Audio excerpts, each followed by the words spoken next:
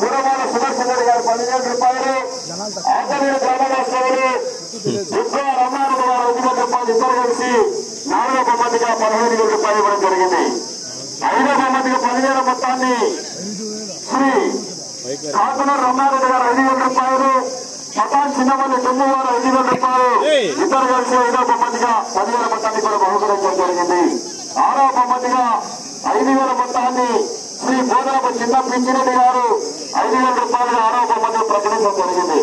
అదేవిధంగానే ఈ వేళ ఉదయం గాని మధ్యాహ్నం కూడా భారీ స్థాయిలో భోజన కార్యక్రమం ఏర్పాటు చేయడం జరిగింది. గౌరవ